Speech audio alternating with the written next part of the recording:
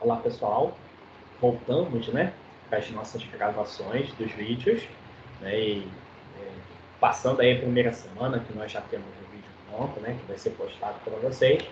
Então essa nossa primeira aula gravada, né, vai estar falando um pouquinho a respeito da parte da histologia do coração, né? Então vimos na aula passada um pouquinho da dinâmica do desenvolvimento embrionário. E agora a gente vai conversar um pouquinho a respeito dessa composição histológica, né? Especificamente falando aí do coração.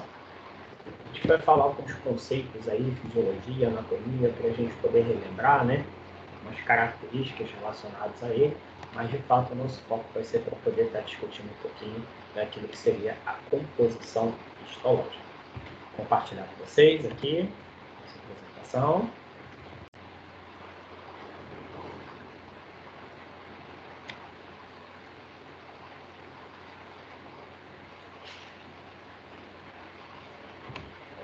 Ok. Opa. Então, pessoal, como eu disse para vocês, né, então a nossa disciplina nesse segundo período, vocês vão perceber que ela vai ter essa dinâmica, histologia, embriologia, né, bem mais dividido do que nós vimos aí no semestre passado, mas a gente sempre vai ter essa possibilidade, né, de conversar um pouquinho da dinâmica relacionada a cada uma dessas temáticas, tá? Então, só para a gente relembrar, vimos então a parte embriológica, hoje a gente vai estar vendo a microscopia do coração. E já de antemão já apresento para vocês, né, as três camadas que formam o coração: o endocárdio, o miocárdio e o epicárdio. Mas antes da gente falar especificamente dessas camadas, vale a pena a gente ver alguns conceitos gerais, né, do que seria de fato esse coração. Então, primeira coisa, né, aquela ilustração bonita que a gente costuma ver nos livros didáticos relacionado ao coração, né? Então, anatomicamente falando, a gente observa que ele vai ter ele vai estar localizado, né, podemos dizer assim, aí 2/3 da caixa torácica, no espaço que vai ser delimitado, então, tanto pela coluna vertebral, pelo externo e também relacionado ao diafragma e o pulmão. Então, uma localização aí anatômica relacionada exatamente a ele. A gente sabe exatamente, devido a toda a sua dinâmica de formação, então ele vai estar exatamente aí localizado de uma forma meio dobrada, né, meio oblíqua, né, que vai estar relacionada aí ao lado esquerdo, né? Agora, em termos fisiológicos, a gente observa que por conta da sua composição, principalmente quando a gente for ver relacionado ao miocárdio, né, devido a capacidade de contração então desse músculo cardíaco, a gente tem uma estimativa aí de que ele seja capaz de estar contraindo cerca de 70 a 80 vezes por minuto. Isso quando nós consideramos aí um adulto em repouso. Né? Então, que a gente vê aqueles batimentos por minuto, né? Aquele BPM que a gente costuma observar. Então, a gente sabe que na dinâmica de uma atividade física ou qualquer situação, principalmente alguns hormônios, como no caso da adrenalina, a gente sabe que a dinâmica relacionada aí a essa contração, ela pode estar aumentando, tá? E é interessante que dentro desse processo, a cada contração, o coração ele consegue bombear cerca de 80 ml de sangue. E se a gente levar em consideração o minuto, né, então 70, 80 contrações aí, ele é capaz de estar fazendo com que todo o sangue do corpo ele possa estar passando por ele. Então a gente está falando aí numa média aí mais ou menos de 5 a 6 litros de sangue que estaria, né, diretamente ligado a essa dinâmica. Ainda com relação à composição do coração, nós observamos então as 4 cavidades, né? Vimos toda a dinâmica de formação, estruturação, septação, né? Todo aquele processo de rotação para que de fato a gente tenha a característica do coração normal, né? Então tem a dinâmica aí da formação de 2 átrios, que seria o átrio direito e o átrio esquerdo, e 2 ventrículos, né? Mesma coisa, né? O direito e o esquerdo. Tá? E sempre lembrando que todas essas cavidades elas acabam sendo separadas, né? Eu tenho uma comunicação do átrio com o ventrículo por conta das válvulas, né? Que a gente acaba observando, mas de fato, entre os dois átrios, a gente acaba observando um septo interatrial, que vai ficar fechado, assim como nós observamos um septo interventricular, que também permanece fechado aí após o nascimento, tá? Então, vimos essa dinâmica relacionada na formação e em que momento todo esse processo acaba se formando, né? Então, aqui pegando uma peça anatômica para a gente poder ver, acredito que vocês tenham oportunidade de ver, né, numa prática de anatomia, mas nós observamos aí, de fato, as 4 cavidades: átrio direito, átrio esquerdo, ventrículo direito e ventrículo esquerdo. Como eu disse, eu tenho o septo interatrial e o septo interventricular, né? E existe uma intercomunicação entre o átrio direito com o ventrículo direito e o átrio esquerdo com o ventrículo esquerdo, né? Então, aqui a gente está falando da válvula tricúspide, né, que a gente seria uma válvula atrioventricular direita, e aqui eu tenho uma válvula mitral, que seria uma válvula atrioventricular esquerda. Então, toda a dinâmica relacionada exatamente à anatomia do coração. Ok? E aí, pessoal, já partindo para uma dinâmica, né, de estrutura estomatológica relacionada aí ao coração, nós observamos que existe uma espécie de esqueleto cardíaco que vai estar compondo a parte interna desse coração. E é interessante que esse esqueleto ele faz parte da composição exatamente desse septo, né, interatrial, interventricular, que vai ser formado aí por um tecido conjuntivo denso não modelado. Tá? E ele, pessoal, ele acaba sendo importantíssimo, né? Vamos imaginar exatamente dentro do coração, então toda aquela dinâmica relacionada a esse esqueleto cardíaco, que acaba sendo interessante para que possa dar sustentação ao coração. Sem contar que serve também como ponto de inserção para o miocárdio, né? Assim como nós temos o nosso esqueleto, né, de tecido ósseo, que acaba sendo interessante para que ele possa nos dar sustentação, então o coração também vai ter o seu próprio esqueleto cardíaco, formado então por um tecido conjuntivo denso não modelado, né? Então, só para a gente ter uma ideia aqui mostrando, né, de fato, um desses septos, e aí mostrando esse tecido conjuntivo que acaba formando, né, esse esqueleto. E imaginando aqui toda a dinâmica de um ponto de inserção para o miocárdio. Então, aqui mostrando exatamente uma válvula, tá? Outra característica importante, né, relacionada à funcionalidade desse esqueleto cardíaco, é justamente pelo fato de você manter uma inserção do miocárdio, aí tendo aquela separação do espaço do septo interatrial e interventricular, né, então você, de certa forma, acaba assegurando uma espécie de um batimento rítmico, né, e cíclico do coração. Né? Então, aí a gente tem todos os feixes atrioventriculares que vão estar relacionados justamente à condução de todo esse processo. Ok?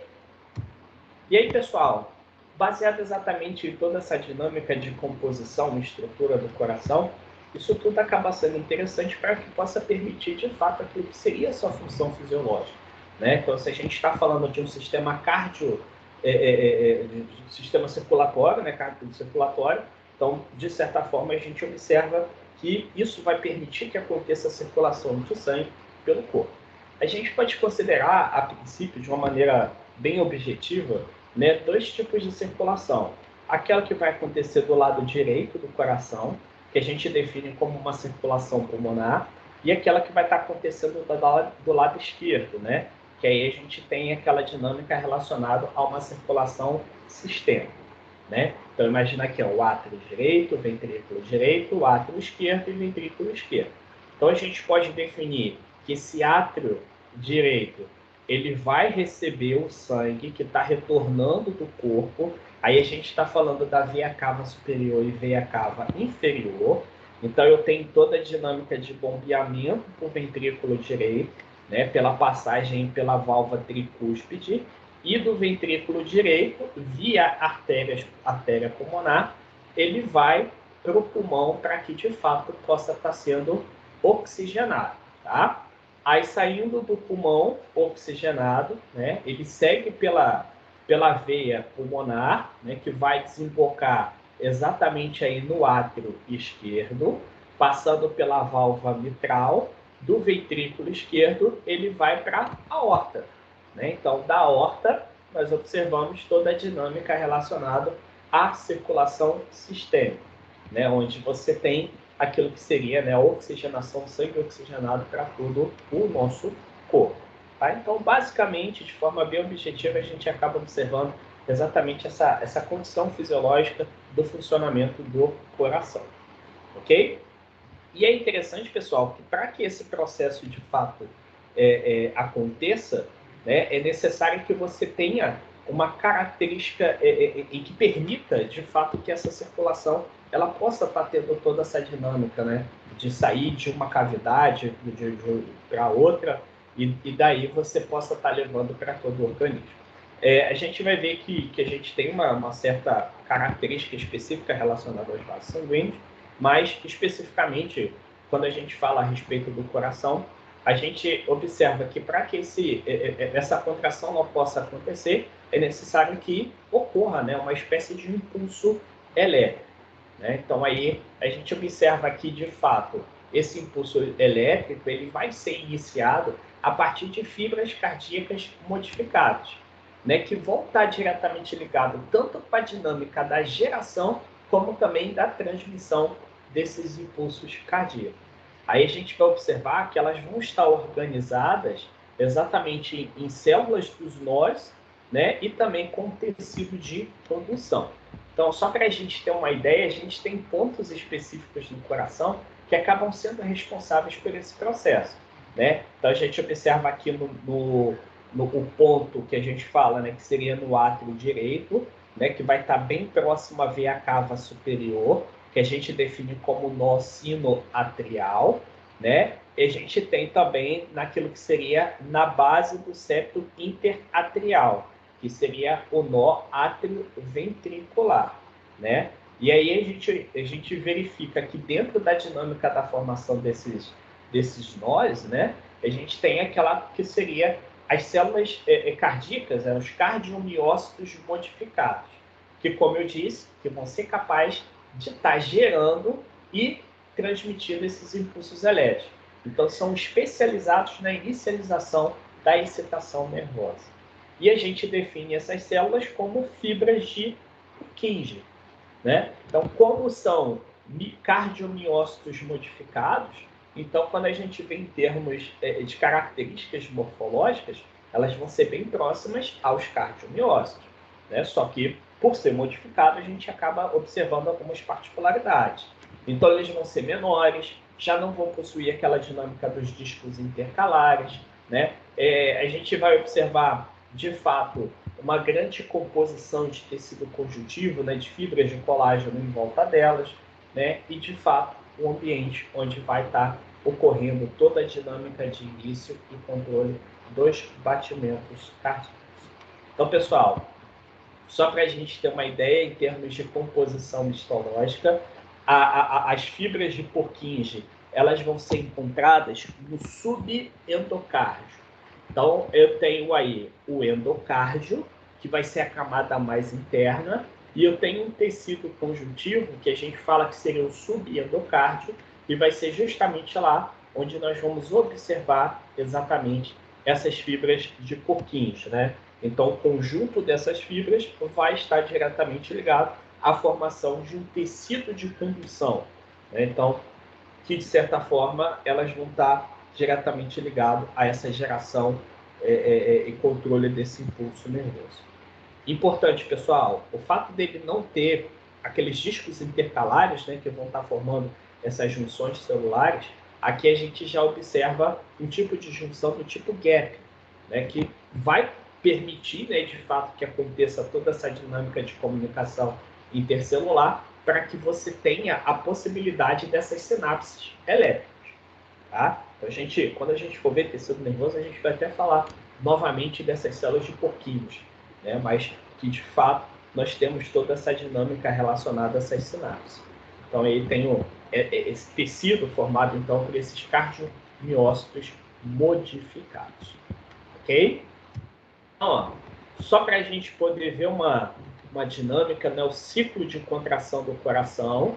Então, ó, percebam que ele vai estar iniciando nos átrios, vai estar forçando o sangue em direção aos ventrículos, né? E aí, daí do ventrículo, a gente tem toda a dinâmica que vai estar tendo, né? Que seria tipo, do processo de contração, né? Então, aí é interessante que o processo de contração do ventrículo, ele vai estar começando no ápice do coração, ó, e ele vai forçando o sangue, né, para dentro do processo para que, de fato, ele possa estar caindo na artéria pulmonar. Então, é bem interessante, bem dinâmico, baseado exatamente na excitação, né, desse impulso elétrico naqueles nós que a gente acabou observando de maneira específica. Tá? Então, começando então pelos átomos. Ok? Então, pessoal, agora focando um pouquinho na dinâmica das camadas do coração, né? Então, como eu apresentei para vocês lá no início, a gente observa aqui que são 3 camadas, então o endocárdio, o miocárdio e o epicárdio, tá? Então, a gente pode estar dizendo aí que o epicárdio é a camada visceral do pericárdio, né? Até porque eu tenho no pericárdio, que vai ser esse conjunto, eu tenho uma camada visceral e tenho uma camada parietal. E no meio deles eu tenho a cavidade pericárdica, né? Mas especificamente uma camada específica relacionada ao coração, a gente tem o epicárdio. Então, como eu disse, ó, o epicárdio reveste externamente, o miocárdio vai estar relacionado ao músculo cardíaco e o endocárdio é o revestimento interno, né, relacionado aí ao coração. Ok?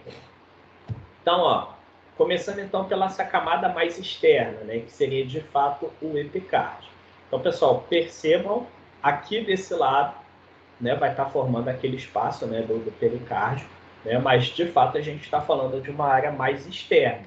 Então, a princípio, nós temos aí a formação de um tecido epitelial pavimentoso simples, que vai formar uma espécie de um mesotélio. Então, pessoal, vamos imaginar uma fina camada de tecido epitelial, né? Uma única camada, então formando uma espécie de tecido epitelial simples. Logo abaixo dele, percebam esse roxo aqui um pouco mais claro.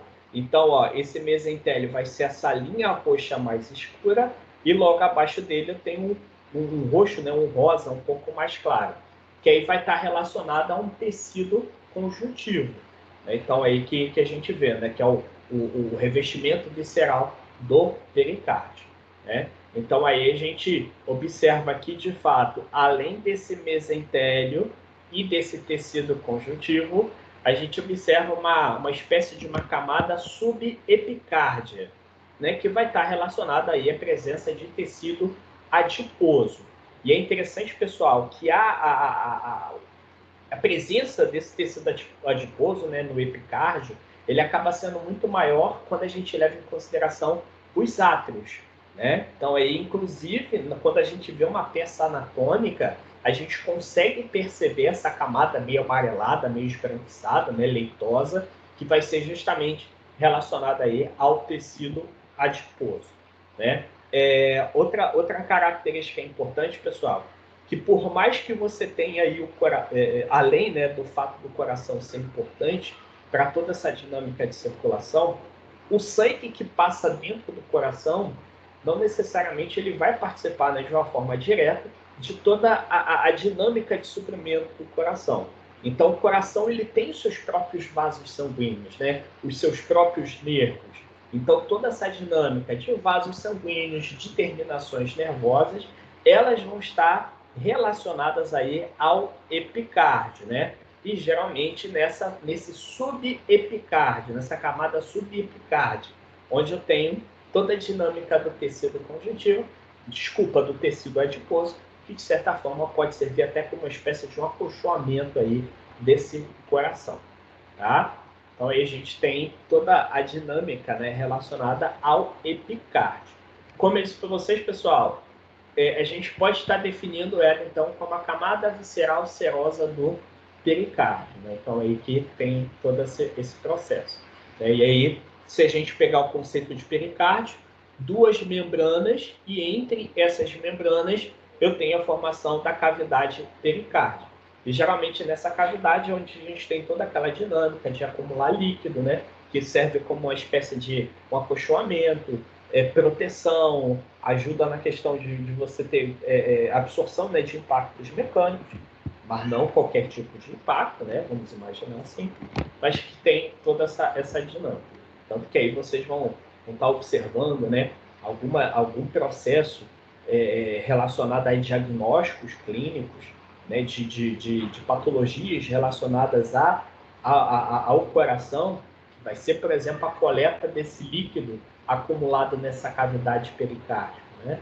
Então, aí toda a dinâmica de como que faz a coleta e para que serve todo esse líquido na hora de você estar fazendo algum tipo de diagnóstico clínico. Ok? Então, só para a gente observar, percebam aqui, ó, toda essa camada aqui relacionada ao miocárdio e daqui para cima o epicárdio. Né? Aqui ficou um pouco mais claro, mas vamos imaginar uma única camada de tecido epitelial pavimentoso, né? Seguida de um tecido conjuntivo, e aí depois eu tenho tecido adiposo. Então perceba, pessoal, que tudo isso é o epicárdio. Tá? A transição para a próxima camada, que seria o miocárdio, é quando a gente começa a observar a presença da fibra muscular cardíaca, que aí de fato está caracterizando aí o que seria o miocárdio. E outra característica, né, que eu comentei com vocês no slide passado, é o fato de que nesse subepicárdio, onde eu tenho tecido adiposo, a gente tem a presença aí das terminações nervosas, dos vasos sanguíneos. Né? Então, aqui um exemplo aqui de uma artéria, né? Especificamente falando uma artéria de baixo calibre, uma arteríola, e aqui uma veia. Né? Mesma coisa, baixo calibre, uma vênula. Né? Então, na composição desse epicárdio. Ok? Mais uma fotinha, né, mostrando então ó, uma artéria coronária e nessa camada subepicárdica, né? Então eu tenho aqui, ó, bem pequenininha, uma única camada do mesotélio. Aí eu tenho a camada submesotelial, que vai ser do tecido conjuntivo, e aqui toda a dinâmica do tecido adiposo, né, que forma a camada subepicárdica, né? Então, toda essa aqui relacionada exatamente ao epicárdio. Então, ó, mostrando uma artéria, mostrando aí terminações nervosas, né? Então, aí a gente observa, né, uma massa celular, né? Então, é bem interessante, bem característico, né, relacionado à formação do nervo. E aqui, pequenininho, né, o vaso linfático, né? Então, aí todos os componentes presentes na capa subepicárdica, onde eu tenho a presença aí, então, desse tecido adiposo. Ok? Passando para a camada mais interna, nós temos o endocárdio. Né? Então, esse endocárdio, nós observamos 3 regiões.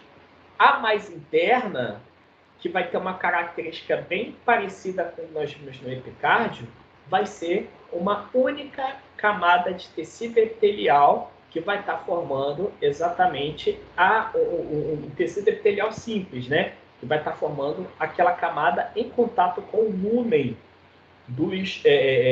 das cavidades do coração, né?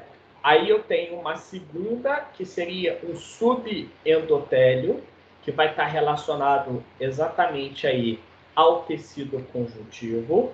E eu tenho uma terceira camada, que seria aquele extrato subendocárdico, que aí vai ser onde eu tenho, por exemplo, a presença do tecido de Purkinje, né, das células de Purkinje, das fibras de Purkinje. Né? Então, aqui onde eu tenho toda a dinâmica dos vasos sanguíneos, dos nervos e desse tecido relacionado aí ao tecido de condução do impulso elétrico. Né? E logo abaixo dele, a gente observa aqui, de fato, aí, o miocárdio. Tá? É interessante, pessoal, que a mesma característica que a gente observa aqui no endocárdio, a gente vai observar também na formação dos vasos sanguíneos. Porque pensem comigo, né? Vamos imaginar, por exemplo, o átrio direito. Né? Então, tem toda aquela camada do átrio direito. Né? Então, lá, a cavidade do átrio direito. E aqui em cima eu tenho a veia cava superior. Então, percebam que esse mesmo revestimento interno do endocárdio, ele vai saindo para poder estar formando o lúmen também, né? Que vai estar relacionado justamente à formação inicial aí desses vasos sanguíneos, né? Então aí a gente fala que essa camada interna ele forma a túnica íntima, que seria a primeira camada relacionada aos vasos sanguíneos. Claro que o vaso sanguíneo não vai ter um tecido de condução. A gente vai perceber que ele vai ter um tecido muscular. Né? Mas esse primeiro aqui, né, que seria do mesentélio, que seria essa camada de células endoteliais com esse subendotélio, nós observamos, né, bem parecido com o que nós vamos ver lá nos vasos sanguíneos, tá? E aí, pessoal, a gente está falando das válvulas cardíacas, que vai estar relacionado, por exemplo, àquele esqueleto cardíaco que nós vimos anteriormente, e também com relação a esses vasos, né? Seja artéria, seja a veia, enfim.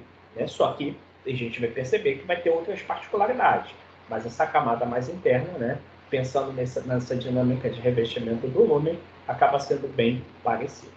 Ok? Então, só para a gente observar, ó, percebam aqui, ó, uma linhazinha roxa mais escura, que é uma única camada de tecido de célula epitelial pavimentoso, formando o endotélio. Aí nós temos o tecido conjuntivo, que vai estar relacionado, por exemplo, à capa subendotelial, né? E aquela onde eu tenho tecido de condução, aqui está bem pequenininho, né? Até coloquei uma foto com uma setinha bem específica, onde eu tenho as fibras de Purkinje, onde eu tenho vasos sanguíneos, terminações nervosas, e logo abaixo, aí a gente vê toda a dinâmica do miocárdio, né? Então, é interessante nesse sentido. Outra curiosidade, né, outra característica interessante com relação ao endocárdio, que na composição das camadas, né, das cavidades do coração, ele acaba tendo uma distribuição variável, né, uma espessura variável. Então, por exemplo, quando eu falo da parte atrial, o endocárdio atrial, nós vamos observar que ela vai ser muito mais espesso. Só a gente lembrar, né? Toda aquela dinâmica relacionada ao início do impulso nervoso vai estar acontecendo no átrio.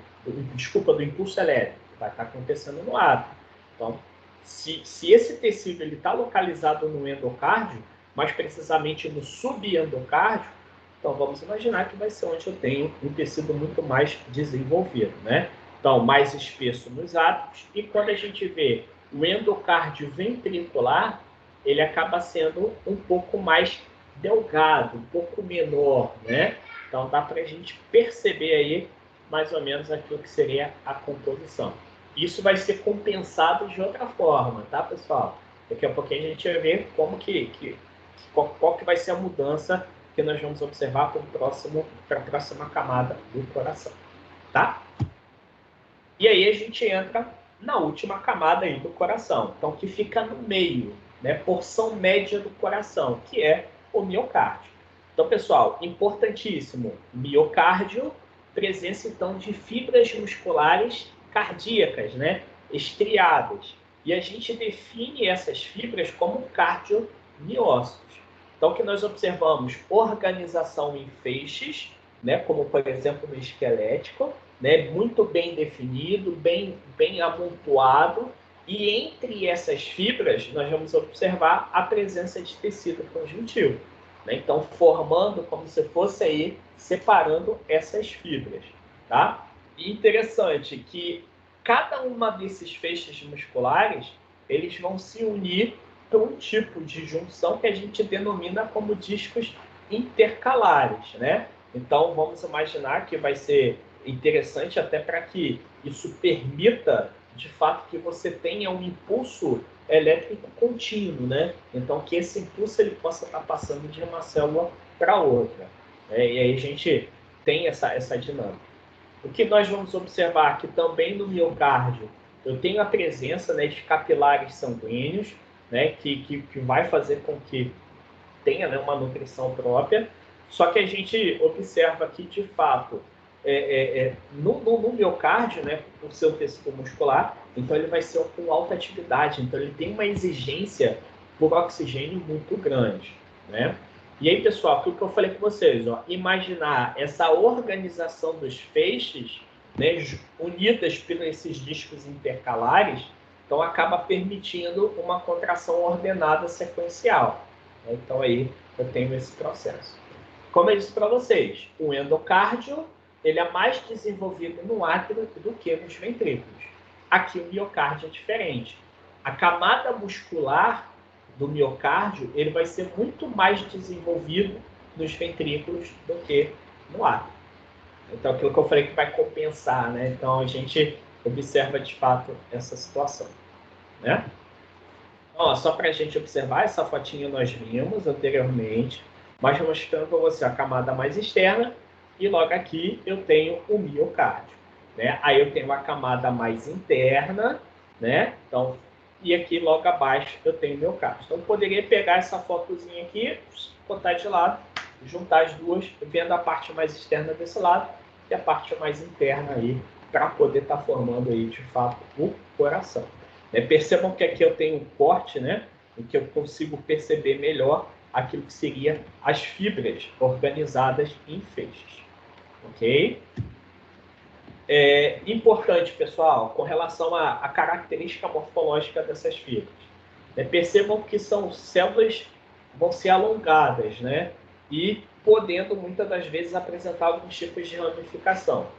Tem aquela dinâmica das estriações transversais e, normalmente, ela vai ter a presença de um único núcleo central, elíptico e central. Então, não vai ser um núcleo redondinho, né? Vai ser meio ovoide, que vai estar no centro dessa fibra. Outra característica importante, pessoal, que diferente do músculo estriado esquelético e do liso, é que, de fato, nós observamos um tipo de tecido muscular que vai apresentar um ritmo próprio, né? Então, aquela contração involuntária, ritmo próprio, contínuo, e tem capacidade de se contrair espontaneamente, tá? É um tecido muscular rico em glicogênio, rico em gotículas de lipídio, justamente porque ele tem uma atividade metabólica muito acentuada. Então, ele precisa de muita energia. Então, junto a isso, vamos imaginar que ele tem um consumo de oxigênio muito grande, tá? E aí, pessoal, a gente vai perceber que a gente pode estar tendo dois tipos de corte. O corte longitudinal, que eu consigo ver as fibras, né, paralelas, cilíndricas e alongadas, e no corte transversal é como se eu estivesse vendo a fibra de frente. Então, se a gente perceber, ó, aqui eu tenho uma fibra. Percebam que esse espaço em branco, onde eu estou passando o laser, é onde eu tenho aquela bainha de tecido conjuntivo, né? E aí, ó, essa parte rosa relacionada às fibras musculares, né? As fibras proteicas que vão estar relacionadas à contração. E no centro dessa fibra, a dinâmica relacionada aí ao núcleo, né? Que aí a gente vê o núcleo central, ok? Só mais uma fotinha do corte transversal e longitudinal, né? Começando pelo longitudinal. Percebam, ó, a fibra, o núcleo central, elíptico, e quando eu tenho a separação de uma fibra para o outro, tá até o desenho aqui, ó, mostrando aquilo que seria os discos intercalares. Em volta das fibras, nós observamos aquela bainha de tecido conjuntivo. Ok? Aqui, agora mostrando um corte transversal, a gente está vendo de frente, né? Percebam, ó, vou pegar esse aqui, ó. Toda essa parte branquinha onde eu estou passando o laser, bainha de conjuntivo. Aí percebam o núcleo elíptico central e toda essa parte rosa relacionada às fibras proteicas, né? Que vão estar relacionadas a toda a dinâmica de contração, tá? E é interessante, pessoal, quando eu tenho bolhas brancas igual a essa daqui no meio da fibra, aí a gente observa que são depósitos de glicogênio, né, que podem ser observados quando a gente faz esse tipo de verificação, né, no corte transversal, né, até mesmo longitudinal, mas ele fica muito mais evidente no corte transversal relacionados aí ao processo.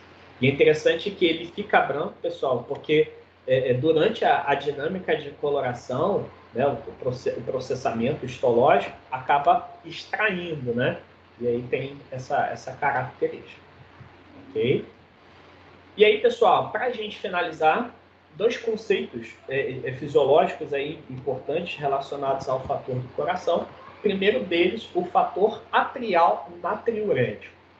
É um hormônio que vai ser secretado pelas células musculares cardíacas atriais, né, que vai ter como principal característica uma ação oposta à aldosterona.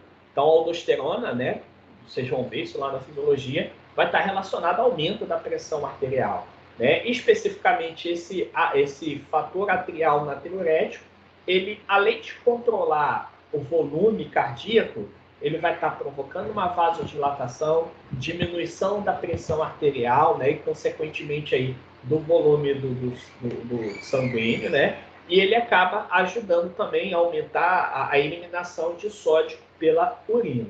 Né? Então, é um fator importante que vai ajudar a coordenar toda a dinâmica de funcionamento do coração. Tá?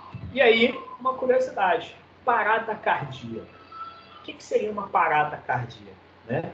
A princípio, pessoal, por definição, vai ser uma mudança súbita do ritmo cardíaco. Né? Até pode ter uma sensação, uma mudança, né, desse ritmo cardíaco. Então, consequentemente, isso vai levar a uma mudança, né, uma interrupção da circulação sanguínea.